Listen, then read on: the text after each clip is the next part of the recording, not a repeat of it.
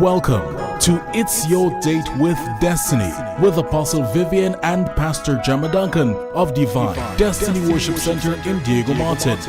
For the next 30 minutes, join us as we take you on a journey of maximizing your potential and realizing your goals through Jesus Christ.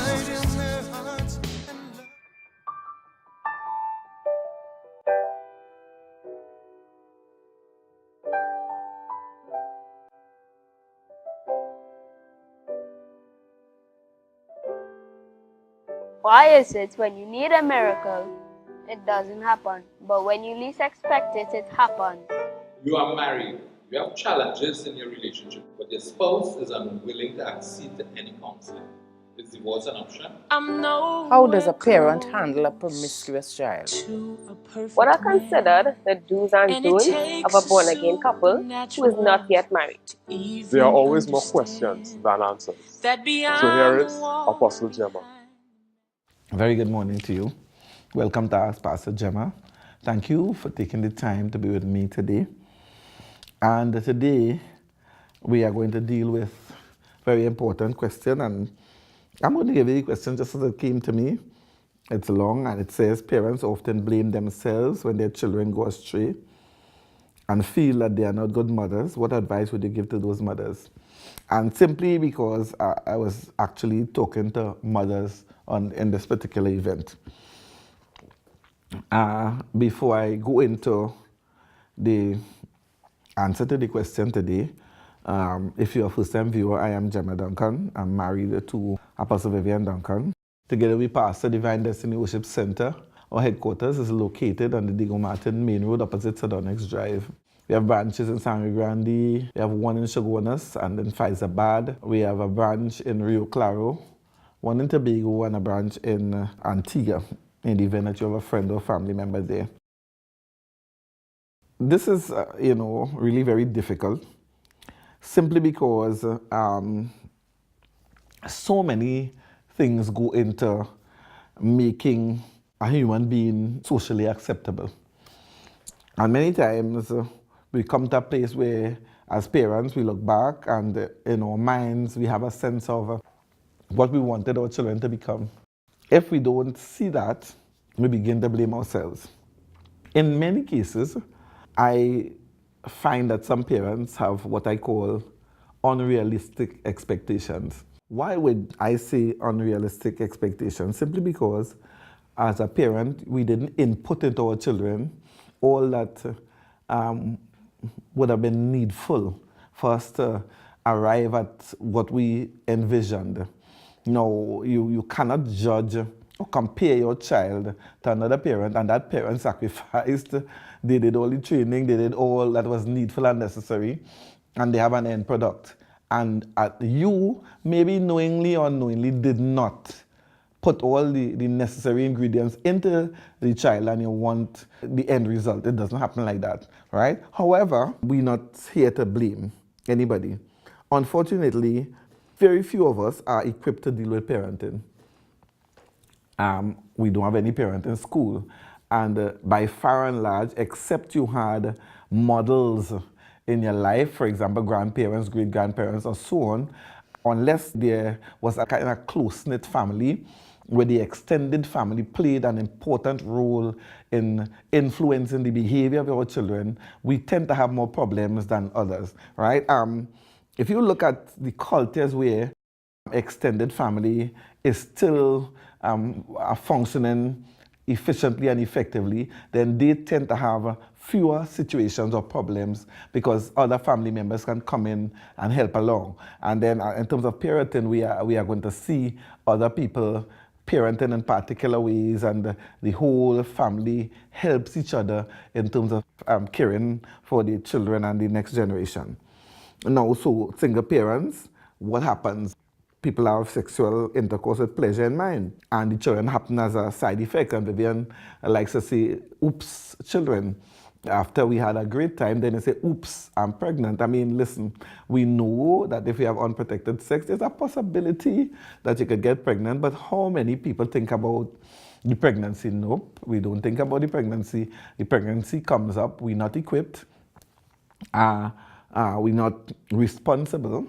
We don't want to be responsible even when it happens. And Vivian likes to say Johnny, and if your name is Johnny, don't get vexed with me. Johnny says, for whom? When you say you're pregnant, and it creates a problem because he doesn't want to take responsibility for his behavior, right? But the thing is, even married couple, if you don't have models of successful family, then it is very difficult for us to even learn to be successful. The thing is, let me tell you, in my particular case, in our case with Vivian and I, we give God praise because we didn't really know what to do. Vivian, his family was, well, plenty better than mine.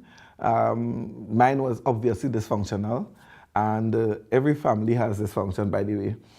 And his family was subtly dysfunctional. It's only when he got in the family, he realized, hey, it is not as perfect as you presume it is, as every other family is, right? What do? We're talking about what advice would you give to those people who blame themselves? Avoid blame because we cannot change the past. No use blaming yourself. And what do we call that? Crying over spilt milk. It is what it is. It is so we have to determine where do we go from here. Whether you were not a good mother, whether your actions at the time were deliberate or accidental, you cannot change what was done.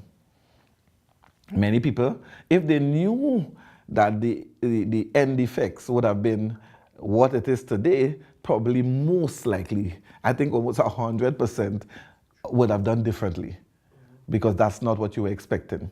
However, where do we begin? Number one, again, this is Ask Pastor Jemma. So what am I going to tell you? Seek God for strategy. The first place you have to go to is to go into this situation. And God knows what you're going to tell him, but still tell him anyhow you sit to ask and say, God, this is what it is. I may not have done what I am supposed to have done by my children. Or in some cases, you did the best that you could, and it still went that way. And where do we go from here? Because God is still in the miracle working business. He can change people. Prayer could change things. Prayer could change people. It takes a while for sometimes to happen because when we pray, I'll tell you how I get it. God doesn't force change on anybody because he makes us with the power to choose. But what God does is create circumstances in the lives of the people for whom we are praying for them to want to change. And so things happen to them and they say, oh God, if you only get me out of this situation, I am going to change. I'll go to church, or I'll pray, I'll do whatever. And then of course, after it is resolved, many of us forget God again. And then the parent or whoever it is continues to intercede or to pray for that child or and so on. And then another situation arises. And so what God does, he allows these situations to bring that child to a place where they would want to embrace God. So we have to begin by praying. When we pray, again, remember we said prayer is not a cure-all because that's what we feel in the church. Everything is just pray and leave it. I don't have any money, but I'm not working, but I'm praying. No. And I'm not going outside to do anything, but we pray. As if, well, according to Vivian, something dropping from heaven through the roof and come to you. It doesn't work like that. There has to be an input from you. So God will do what God alone can do, and I must do what I can do. Jesus says, render to Caesar the things that are Caesar's, and to God the things that are God. In the very same way, you have to do what you can do, and God will do what God alone will do in your situation. Let me tell you, honest, healing conversations is the way to go. I know sometimes these children, they don't want to listen to you, they do what they want and so on. Pray first and ask God for the right timing. And in those times, have what I want to call honest, healing conversations. Because you are approaching the child, wherever the child is, or so to say, look, this is the situation. And be honest with the child. I probably didn't do well by you. I didn't know better. I didn't have the tools to do it. I was too young to do it. I really wasn't prepared for parenting or motherhood or something. You have to tell them. Because especially people in church, children are very resentful because we behave as if we were perfect at their age. And those children knew, because most of them were born out of wedlock, the way you attacking me if I want to watch a boy by the side and you had sex. So it's the conversations have to be honest. And we have to tell them why we don't want them to make the same mistakes that we made, because look, we found ourselves in this kind of a situation. It has to be honest. Now, you can talk to each other as a family because it's important to have these family conversations, but I think you need to speak to each child as individuals, regardless of the age. Even small children have their level of understanding, because many times the smaller children have not yet gone into the trends of behavior as the older ones, and you have to talk to the little one as to why, I know you love your brother, and sometimes those children kind of almost deify the one with the criminal intent. They see the brother as a hero. He doesn't work anywhere, he doesn't have any skill, but he comes back with all this money, he's bedecked and bejeweled. He has a following and people like him, women are very attracted to him, and so on and so forth. And how do you convince your younger child to go to school and to study? Well, your brother didn't. And he's living large, he's driving very well, and all of that. So we have to have these separate conversations with each child and talk about consequences. Again, talk about your own input part of it, right? You have to seek forgiveness from those children individually. You have to ask those children to forgive you, and then let your children express themselves, because many times those children are rebellious and they're very angry, and you as the parent, they will blame you as well. So we're going to have to let them speak, right? What is bugging you? Why are you behaving like this? You know that you're on a slippery slope, but you're continuing along the behavior. You're continuing to do what you're doing. One of these days, these things are going to catch up with you. Why can't you stop? And so we have to talk to them. Now, when we're having these conversations, we have to set boundaries for the discussions, because many children become very disrespectful when we give them an opportunity to talk. Now, remember, that child has already gone astray. They don't really care about you. They don't care about your rules. Even if they live in your own home, you have no control over when they go, they come, what they do, and so on. They behave in a particular way. Some of them use obscene language and to you and in the home, and you have no control over it. Some of them could become violent and they want to hit you and push you and so on. And so we have to set boundaries in the home to say, all right, I'm giving you freedom to express yourself. I know I made mistakes, and feel free to express your feelings, but I want you to be respectful, and I too will be respectful to you. You have the right to be respected as well, and that's one of the things that we have to pay attention. When we're dealing with children, we want them to respect us, but we are not always respectful to them.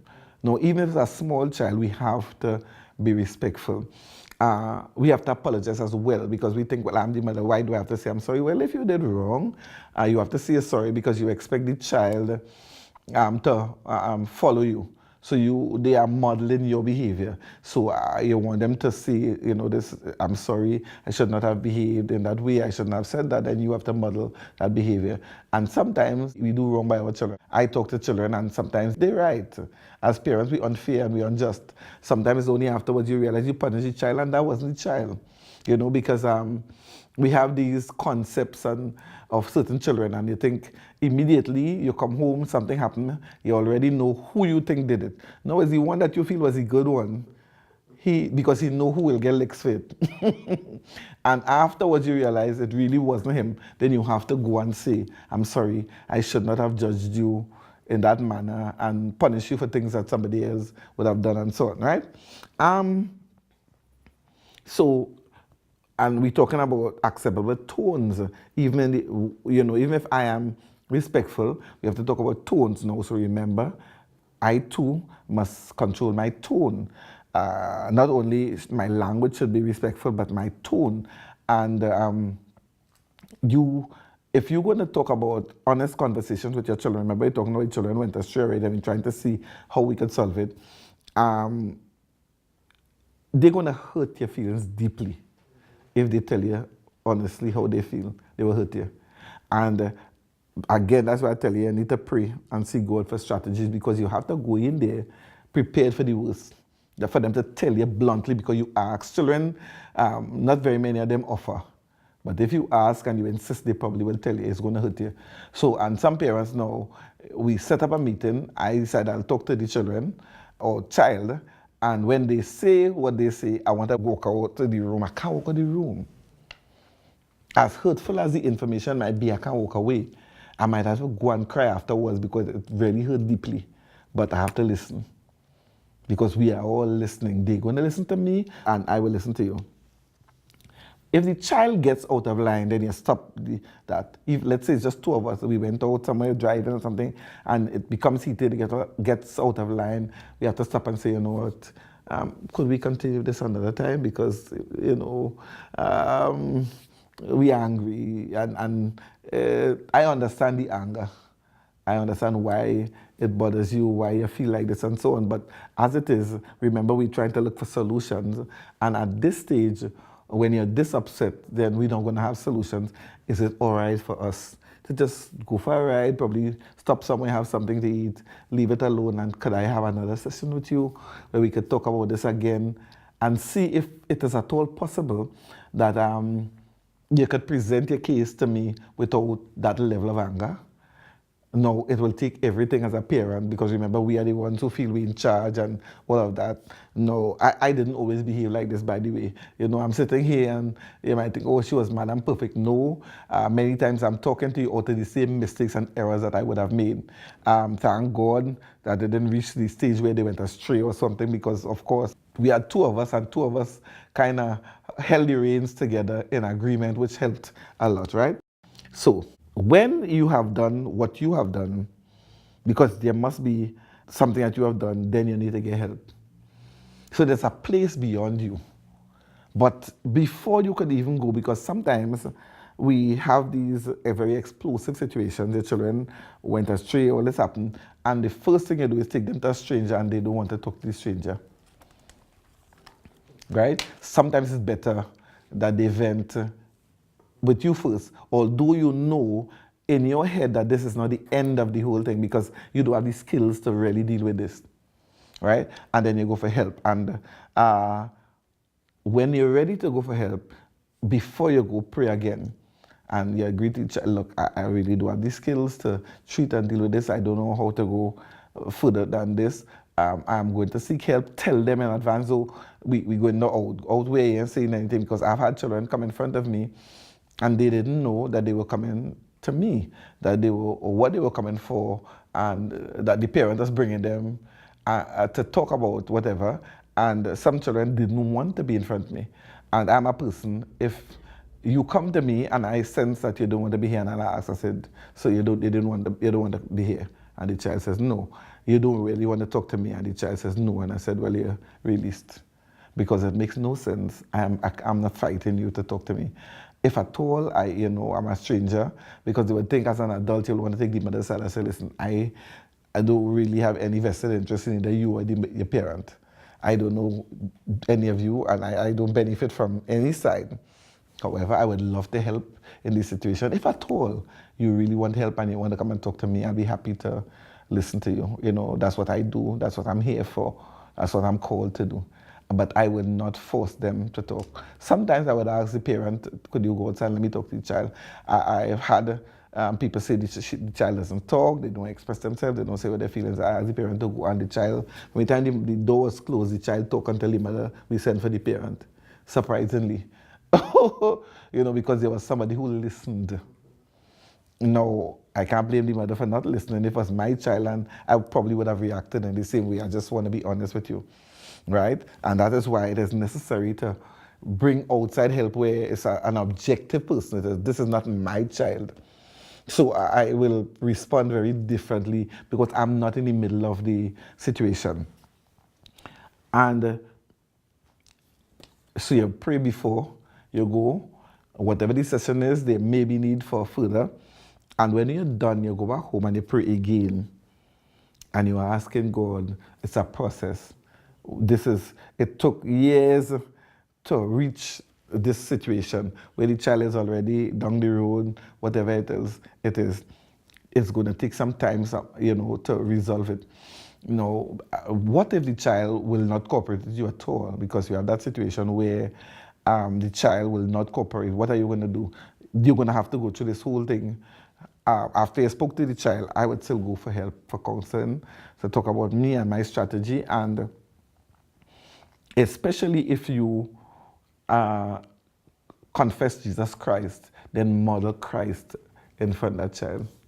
Whether the child lives at your house or not, every time we meet, I will show love, display Christ. And because after a while, the child must be convinced that you're really changed. You're not just going to church and spouting Bible and all them kind of thing, and that you're not hypocritical.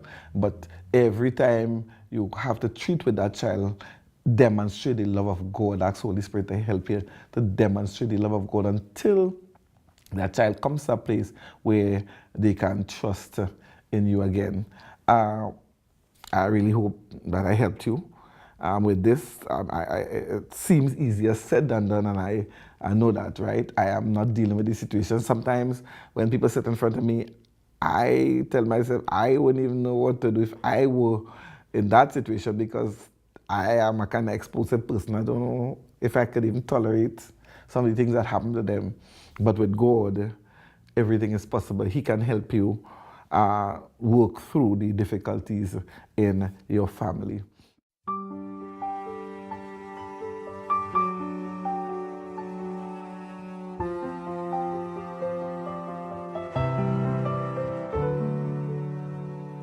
I want a heart that forgives, a heart full of love, one with compassion just like yours above, one that overcomes evil with goodness and love, like it never happened, never holding a grudge. Want a heart that forgives, that lives and lets live, one that keeps loving over and over again, one that men can offend because your word is within, one that loves without price like you, Lord Jesus Christ. Want a heart that loves everybody, even my enemies. Want to love like you, be like you, just like you did. Want a heart that forgives.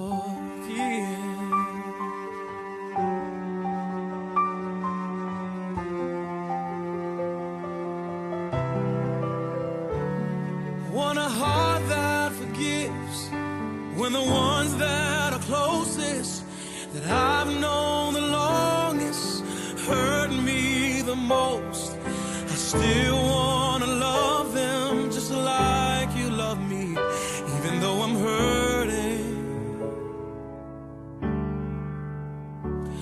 I want a heart that forgives when the pain is so deep, it's so hard to speak about it to anyone, just like your son. I give up my right to hold it against them with hatred inside. I want a heart that loves everybody, even my enemies. I want to love like you, be like you, just like you did. I want to walk like you, talk like, just like you did. Want to be like you, live like you, just like you did. 'Cause a heart that forgives is the heart that will live, totally free from the pain of the past. And the heart that lets go is the heart that will know so much freedom. Lord, I wanna let it go. Hey, hallelujah. God, I need to let it go. it's been holding me back. And I don't want it, I don't want it, I don't want it no more. I don't know exactly what to do to get rid of it, but here I am, Lord Jesus. Here I am, oh, here I am, Lord Jesus. Oh, Lord, I need you, I need you. I know this is me that you're talking to. This is me, this is me, this is me, Lord, this is me. Lord, I let it go. Every person that's ever hurt me, gotta let it go. Every single heart, gotta let it go. Every single pain, gotta let it go. I let it go. I let it go. Lord, you can have. Have you received a promise from God and it seems like it's never going to happen? Do you feel all alone, like nothing's working right, and the people you thought would help you are working against you? Well, you're not alone. Thousands of years ago, a man named David was anointed by God to be king of Israel. But instead of a smooth road to the throne, he went through some unexpected challenges. Coming from a dysfunctional family, he persevered against giants, jealousy, self-doubt, and personal failures to become the greatest king in the history of Israel and set the standard for worship because he kept his heart focused on God. I'm Dr. Angel Duncan, and I want to invite you to join me on a journey through the life of David in my new book, 1 Month with the King, 31 Lessons from the Life of King David. For each lesson, there are corresponding activities in the companion interactive study journal. This is designed for you to apply what you learn. This book was written to encourage the hearts of people who have received promises from God that seem long in coming. Most importantly, emphasis is placed on seeing the process through God's eyes and fulfilling the promise in God's heart. In the end, may God say about you what he said about David in Acts chapter 13, verse 22. I have found David, the son of Jesse, a man after mine own heart, which shall fulfill all my will. Pick up your copy today at Amazon.com or any major online bookseller.